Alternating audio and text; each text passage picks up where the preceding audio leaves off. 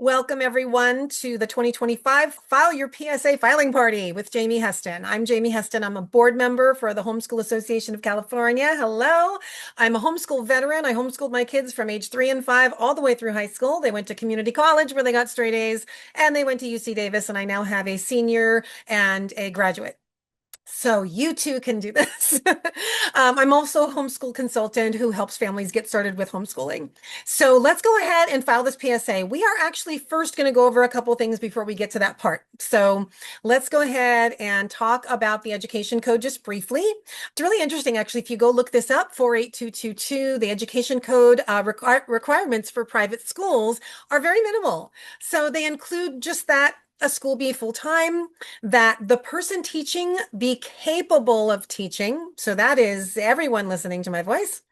And instruction be made in the English language. This does not mean that you cannot learn another language while you're doing homeschooling. You absolutely can, but we just want to make sure that, mainly it's English language and that your kids will come out knowing the English language. And that instruction be offered in the several branches of study required to be taught in the public schools in the state. So you can actually look this up. When we actually land on the first page for filing the private school affidavit, there is a link to at least grades 7 through 12 of what subject areas should be covered. So, you can kind of check that and, make sure that you're covering all of those over the course of your high school years. Question often arises that, what does the state have, power over when it comes to private schools? And really, the only power they have is to verify your private school affidavit. Verify, in other words, that you filed it. Okay. So we'll see a lot of parents who are unenrolling from their previous school. And at that time, the school asks for a copy of the private school affidavit. If they understand that we are home educating through a private school, they will ask for a copy of the private school affidavit. Now, when we hit submit to submit that private school affidavit, one of the last things that we're attesting to is that our students are not enrolled in any other full-time school. So you want to always unenroll first, then go file that private school affidavit, and then you're going to go ahead and hit submit, and you're going to file it, and you instantaneously get an email that confirms that you filed it with a code and all of that. Now, there's some pretty strong language in that email stating that you should not share this with anyone. And it is okay to go ahead and give that private school affidavit email to the old school to prove that your students are enrolled elsewhere. That's perfectly okay to do that. Okay. Now, also, I want to just briefly touch on the fact that private school affidavits should only be filed for students who are 6 or older as of September 1st of any given year. So if you have a 5-year-old right now, it's September 1st, right? So or September 2nd. If you have a 5-year-old right now, today, or as of yesterday, you do not need to file the private school affidavit for them. You can just homeschool this year and file the private school affidavit for them next year. Okay. They have to be 6 as of September 1st. Kindergarten is not compulsory. Okay. All right. First things first, you're going to pick a school name. Something Academy works really well. Okay. Not your street name, not your last name. Remember, it's going to be on your 18-year-old's transcript or diploma someday. They may need to, show it to an employer or something like that. So something substantial, serious sounding is usually what we recommend. Sometimes people will use more silly names or whimsical names when the kids are younger and then change it later. That's fine too. My school was called Delano Bay Academy, just for an example. So think of what name you want before you file. Okay. The first thing you always do is you unenroll from your previous school. So if you haven't done that yet, make sure you do that first, because again, when we hit submit, we are saying our kids are not enrolled elsewhere. Okay. Dual enrollment is not allowed. Okay. And again, the school may ask for that confirmation email to verify enrollment in the new school. Then you will want to request the cumulative records if you'd like them. Sometimes the old school will balk at that because you are a parent versus a brick and mortar school. And that's okay. You don't need the originals. You just need a copy. The other thing you can do is you can request them as the parent. That's just another way around this to get the records. So there is something called FERPA, F-E-R-P-A. If you look up FERPA, F-E-R-P-A, FERPA will immediately pull up a page from the California Department of Education that talks about your rights as a parent to get records. Okay. So all you have to do is cite FERPA and say, hey, due to FERPA, I need these records, and then you'll get them. Okay.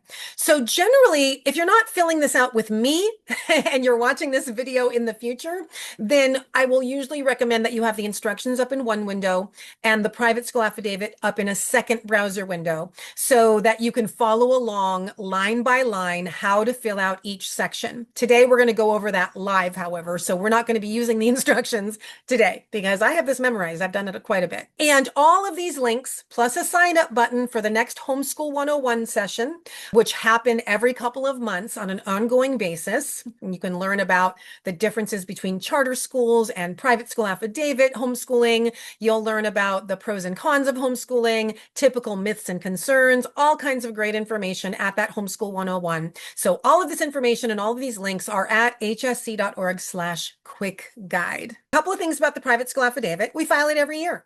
Okay, so we file it every year, and the filing period is very specifically October 1st through the 15th, or when a school is formed. So if you know right now that you want to homeschool, your deadline to file it is you need to file it by the 15th. Okay, some people file it early though because their old school is asking for it. Some people just want to file it early because they just want to be done and not have to wait until October to do it. And that's fine. Your very first year of filing, you can file early. The CDE makes the form available as of around August 1st every year. So that is for the entire coming year. So you can file it pretty much anytime between August 1st and October 15th. Totally fine to do it whenever it's convenient for you. After you have filed it once, though, you'll see that when you file it, it's good through September 30th of the next year. So there's no reason to file it early the following year. So every subsequent year, just file it between the 1st and the 15th. Now, let's say that you're thinking about homeschooling right now, but you haven't committed to it and you're going to try school for a little bit longer. And let's say that in November, you decide it's not working out and you want to pull your kid, but it's after the filing period, Jamie. How do I do that? You just file then. You unenroll and you file it then because that's when your school is formed. Your school is formed as soon as you unenroll from the previous school. And if it's outside the normal filing period, you can file any time of year. You can form a school any time of year. Okay, so you just file it at that time. And as I said, the form is now available beginning in August of every year.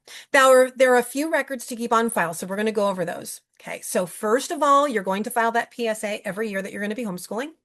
You're going to keep attendance. This can be a simple calendar on the wall. This can be an Excel file. It could be a notebook that you keep. Don't overthink this. You are keeping attendance. You can certainly mark when the first and last day of your school year begins and ends. You could add vacation times in there if you like. You can, kind of structure it however you like. It's totally up to you. It can be very individual. However, you only mark when your child is absent. And when we homeschool, that can usually be pretty much never. Your kid's never absent from school. And even on a sick day, they're probably learning something or reading books or whatever, right? So it's just really probably most prudent to simply create this attendance record and then just put it away for the rest of the year because you only mark an X when absent. And it actually says that on the California Department of Education page. You only put an X when they are absent from school. The next thing we need, if you remember just a couple of slides earlier, we talked about how teachers in private schools need to be qualified to teach. However, private schools get to determine what those qualifications are. So whatever qualifications you have are sufficient. So generally, I'll recommend that, you have to keep the records on file. So that might be a resume of yours. It could be a piece of paper saying that you are qualified to teach. It could be a piece of paper saying you graduated high school, just anything. Again, don't overthink that. If you are the first person ever that I've ever heard of to get a knock on the door from a truancy officer or someone requesting to verify that you are complying with the compulsory education law, all you're required to show them is your private school affidavit showing that you have complied with being a private school and your attendance records. So your attendance records would basically show that your child is attending school. And that's it. They need a warrant to see anything else. And so they would need to convince a judge that something is so untoward in your home that they need to sort of barge in and look at your other records. Okay. So again, don't overthink the teacher qualifications resume piece of paper that says you're qualified to teach. Okay. Just make it and you'll throw it away when they're 18. Put it in your file. You also need a piece of paper saying what subjects your school offers. So my piece of paper, because I named my school Delano Bay Academy, Delano Bay Academy offers the following subject areas. And you can literally just do a search on required subjects for second grade California or required subjects for K through 12 California or something to that effect. And usually the CDE page comes up and it'll tell you what subject areas. So you can just basically copy that list. And you don't need to get too granular. You don't need to be like algebra 1 and algebra 2 and algebra 3 and pre-calculus. You can just say math. So you can go broad subject areas is just fine for that. Now, we also need to keep a record of immunizations. Okay. We've seen a lot of people come to homeschooling because they don't immunize, and this is not an issue with PSA filing. You don't have to have immunizations. You can have full immunizations, partial, they can be absent. It doesn't really matter. So what you're going to do is just have a record of whatever that is. You'll have a waiver, or you'll have, a waiver just saying, we don't have any, or something like that in your files. Okay. And then of course, we already stated that you need to file that private school affidavit every year. So private school affidavit, attendance, teacher qualifications, subjects offered, immunizations. So really the only thing that's updating every year is the PSA filing.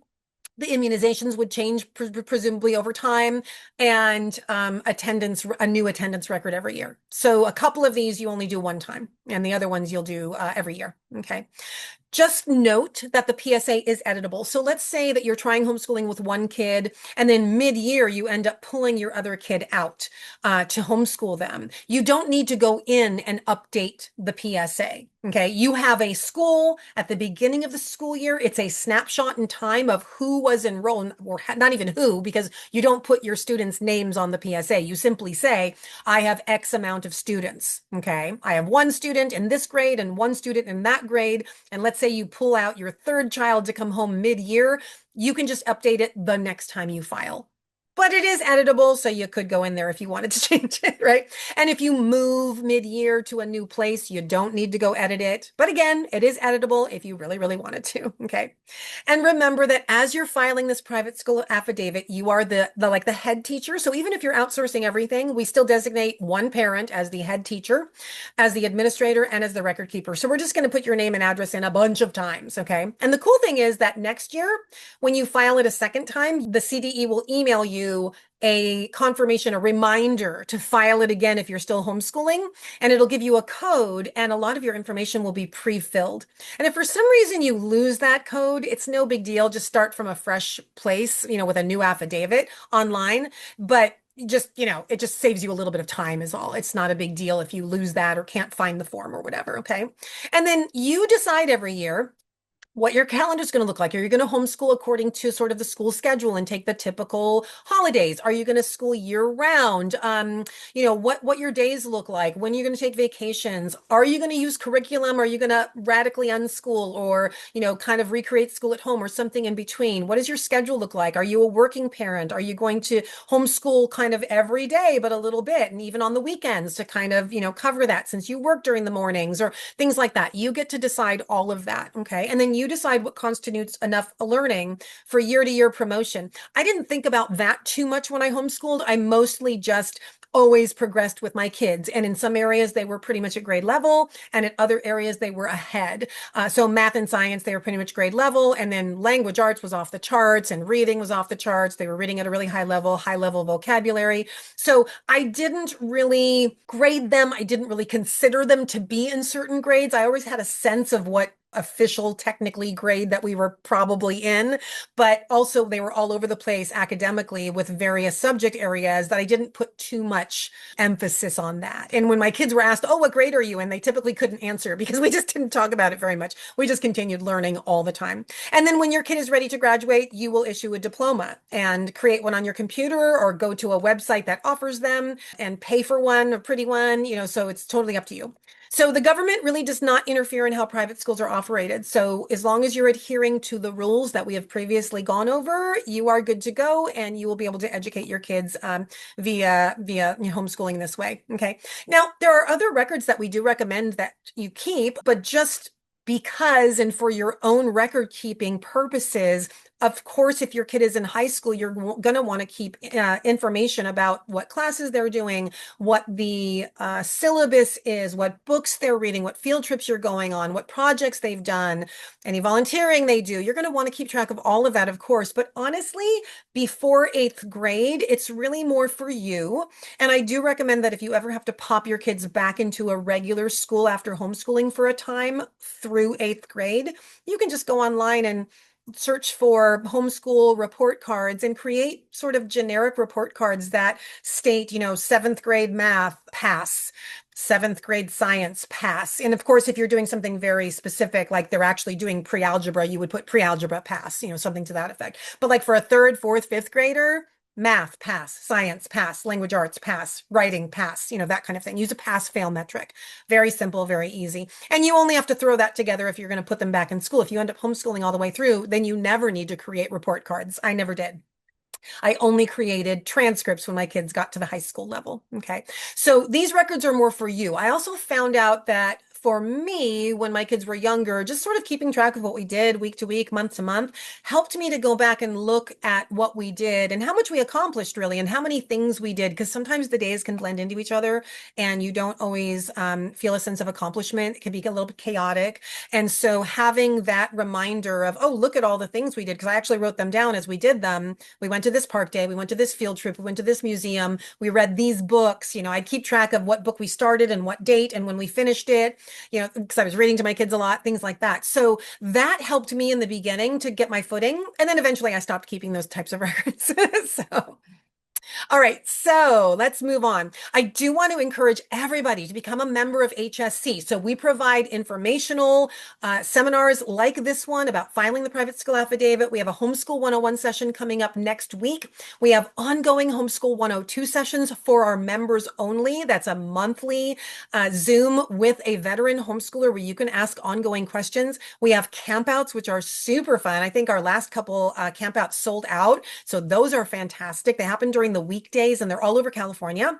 We have ways for you to connect with other homeschoolers. We have our website and our phone line for information. We have field trips. I know we've recently arranged with the Monterey Bay Aquarium to have several field trips throughout the year that are free for our members. And of course, we keep an eye on the legislature and what's going on there in case there's anything that affects homeschoolers. And, we also recommend that you join also just to advocate for homeschooling and to, maybe volunteer with us as well and give back and help us help other homeschoolers in California. We're super inclusive and we support all homeschoolers. Everybody who is interested in this information, we are here for you. Okay, so we do ask that you support us in that way by becoming a member. So this is the tiny URL for this little slideshow. So if anybody's interested in having it, it's just tinyurl.com/2025 PSA filing party. And my website is jamieheston.com. So if anybody's interested in finding out more about me, you can go there. So I would like everybody to go to hsc.org/quick guide. Okay. And I will say, I see a couple of questions in the chat, so I'll answer those really quickly right now. You do not need to file the PSA if you move, and you don't need to file again on the same date that you filed last year. It's sort of, whenever you file within the filing period is just for this coming year. And if you never enrolled your child at an actual school and nobody's expecting your child to show up, you do not need to unenroll from anywhere. You can just go file the PSA. So if nobody's expecting you to show up and you're not going to receive a truancy notice, then you are good. If you are at hsc.org/quick guide, that's where we want you to be. And then we're going to click through to the private school affidavit from this page. So everything is here that you need to unenroll. So you have a sample unenrollment form. If you click here, this leads us to the PSA. Right here, it says English and Spanish line by line filing instructions. And then down below, this was the link for today's session. This is the old video, which I will replace with this video. And then here's what you need to keep on file to be compliant with a private school. So all of this information is here. So if you missed anything or you want to go back and look, that's where you're going to go here, is to this quick guide. Okay. And then the link to sign up for the Homeschool 101 session is also somewhere on here as well. for filing for the, oh, here we go, up to the top. Okay, so the free Homeschool 101 session here, this is where we want to sign up for the Homeschool 101, which is in this case happening next week, but will be ongoing if you're watching this in the future. Okay, so we want to click on this long link right here. Okay, so this is the PSA. So we're going to click on this, and it brings us to the California Department of Education website for filing the private school affidavit. So we're going to scroll down a little bit and click what I've already clicked on this recently. So it's a purple link under filing the affidavit. We're going to click on private school affidavit. Now, it has a blurb here and it talks about a little bit of information about doing this. So what's interesting is these two education sections, if you were looking for, when you need to print out the list of what subject areas you need to cover, that's where you would get these right here. EC section 51210 and EC section 51220. It's really important that your student not be enrolled in another full-time school. So they're basically asking us, you're not filing this if you're just offering a few classes to people, right? And we're saying, yes, we are going to do a full-time school for our kids. So we're going to click on yes and then move on. I am going to pretend like I've never filed before. And if you say yes, proceed using last year's affidavit information, it's going to ask you for the code. Like I said, if you don't have the code, don't worry about it. Just proceed with a blank affidavit. But if you did receive that email from last year that has the code, then you would click yes. But we're going to say no today and move on. So now you're going to put the name of my old school, but you're going to put the name of your school. And there is no CDS code because that is for larger schools, right? And I happen to be in Alameda County. So, whoops, not Alpine, Alameda. And so you're going to put your county. And then if you're not sure what district you're in, you can go look that up and come back and fill this out later. But I am in New Haven, so I'm going to select that one. And for school type, we're always going to select coeducational, even if you have only boys or even if you have only girls, okay? Because you never know, things can change. It's just easier that you just are coeducational to say. You are a day-only school. Your kids live there, and you could logically see why you could name it a residential boarding only, but you're not. You're not. And other regulations come along with that, so we just don't want to deal with that. We are a day-only school, okay? Now, does the school, number 7, does the school provide special education? No, you don't. And this is true even if you have an IEP kid or you have a child with learning challenges. You don't provide it. You may go get it from other people, but you are not providing it specifically. You don't hire a full-time special education teacher. You're using resources, but you are not providing that. Your school's not providing it. Now, even if you just have like a first grader and you're not anywhere near high school diploma time, you still offer one. Your kid just hasn't gotten there yet. So all of us will say, yes, the school does provide a high school diploma. Now, for low grade, your school will offer grades 1 through 12. Okay. Again, even if you have a third grader or only an eighth grader and you don't have any first graders, your school is a regular old school that will still offer 1 through 12, even though you only have a student in maybe a couple of those grades. Okay. And for the classification of the school, even if you decide you're going to teach religion in your school, you are non-religious, okay? Because there are, again, other rules and regulations that can come in if you're a religious school. So it's just easier to say you're non-religious and that you might teach religion in your school, okay? So let's move on to the next page. Of course, you're going to go ahead and put your street name in. Okay, we're going to go 222 Street. We're going to go with, let's go Livermore. And let's go with California and then your zip. And again, look at how you can just copy the physical address. Isn't that handy? So you don't have to type it all over again. So same address for your physical address, same address for your mailing address. And this is just your home address, okay, that you're going to put in here. And we're going to move on. And of course, you're going to put your phone number. And if you have a fax number, you can put it in, but you don't have to. Okay. And I'm going to put my email in. And again, I don't have a website either, so I wouldn't fill that out. And you can see that it's not even required, right? So just anything with this little asterisk means that it's required. So the other ones aren't required. So even if you have a fax number and a website, you don't have to put them in there. Okay. And we're going to hit next. Okay. Now, If you have never filed before, then of course the name has not changed, right? However, it might be that you did pick sort of a silly name last year and you want to go with a different name. So then you would say yes, yeah, because I chose Happy Day School last year, and this year I'm going with Delano Bay Academy. So you would say yes, and you would enter the name. And it's just so they can kind of track your progress over time if the school name has changed. Okay. And then has the public school district in which the private school is located changed? Now, for me, that would be no, because I haven't moved in many, many, many years. But if you have moved since the last filing, then you would say, yes, yeah, I changed. And you would say what school district it was last filed under. So it was last in this other school district, but now I'm in this school district that I'm in now. Okay. Now this one always gets people. This one is funny, especially if you have one child. You have one student. So let's say that my only student is 7 years old and 6 months. They're exactly 7.5 years old. I would put they are 7 years, six months of age, and my oldest child is the same kid, right? So they're seven. So that's what that's going to look like. Now, if I have two kids, I have a 7-year-old who's 7.5 exactly, and I have a 10-year-old, then it would look like that. Okay. If it's the same kid, it's going to be basically the same information with that one kid's years and month plus years because it's the same child. Okay. Remember, this whole system was made for brick and mortar private schools, so they have like 1,000 students. Hopefully, if they're doing well, they have 1,000 students, so they're going to put their youngest and their oldest. Okay.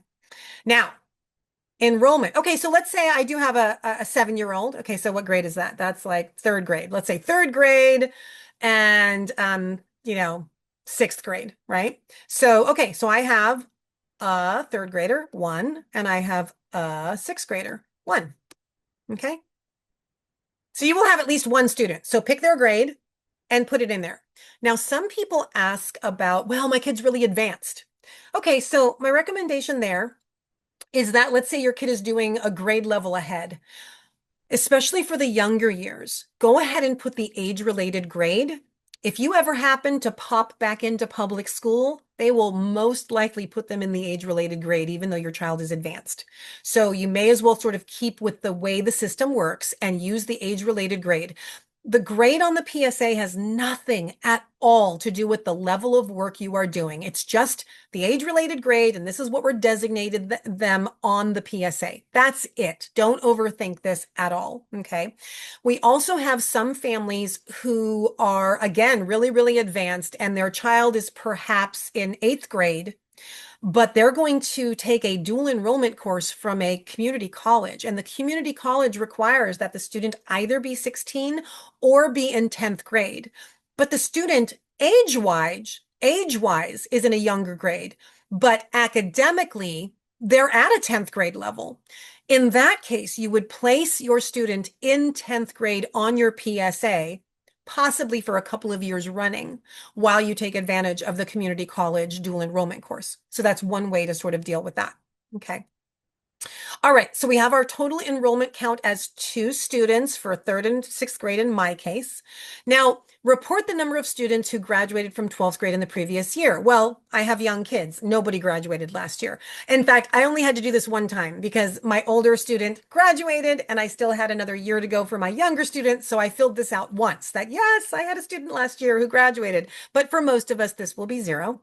Okay, now here's another very important one. Report the number of staff employed by the school. Now, we're not really employed. We're just the parent. I mean, I wish we would get money for doing this, but we don't. You have to have a full-time teacher at the least. So most of you will do this and put one full-time teacher and leave the rest of them blank. Now, if you want to include your spouse because they're super involved, then you could have, okay, we've got a full-time teacher and we've got a part-time teacher. Or maybe you want to say, oh, we've got a full-time teacher and my husband's going to act as the administrator. But you don't have to. It's like it's performative. It's a formality. It doesn't really matter. Your spouse could be completely involved and not be on the PSA. Okay, it doesn't mean anything. But what we do need to have is at least one full-time teacher. Okay, so let's definitely do that. Okay, moving on. Next. Okay, so in this area, again, this is just you, okay? Now you get to pick what your salutation is going to be. So for me, I'm going to go with Ms. Okay, and I'm going to put my name in and my information. And I think we said 222 Street, right? Whoops. Oh my goodness, I can't type. Um, okay, so this is all your information. Oh, now title. This is where it gets fun. You get to pick one of these titles. For me, I always chose administrator, and I just went with administrator throughout the rest of the form and for every year I filed. You could pick something different if you like the sound of director better or head of school better or president or principal. It doesn't matter one iota. Just pick one and stick with it. That's it. That's my only advice there. So I'm going to go with administrator yet again. Okay. Now down here, now we're asking, well, who's the principal or the director of the school? Again, it's you, right? So I'm just going to copy over all that information so I don't have to refill it. If you want to make you one of them and your spouse the other one, fine, but you don't have to. Again, it's kind of performative. It doesn't really matter. Okay. Just one of you is perfectly fine. Okay. So we're going to go next. Now, once again, who keeps the school records? It's going to be you. Okay. Um, and so once again, we're going to go with Ms. and my information. And we said 2222 Street.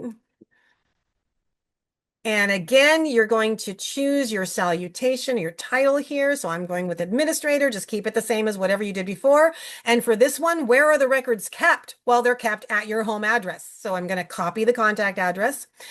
And then here I'm acknowledging, if I'm able to click on it, I acknowledge that, yes, this is where I keep my records. So the records we talked about already, right? Your PSA, your attendance records, right? Your immunization records, all of that is at this address. So you are saying, yes, I agree. That's where they are. Okay.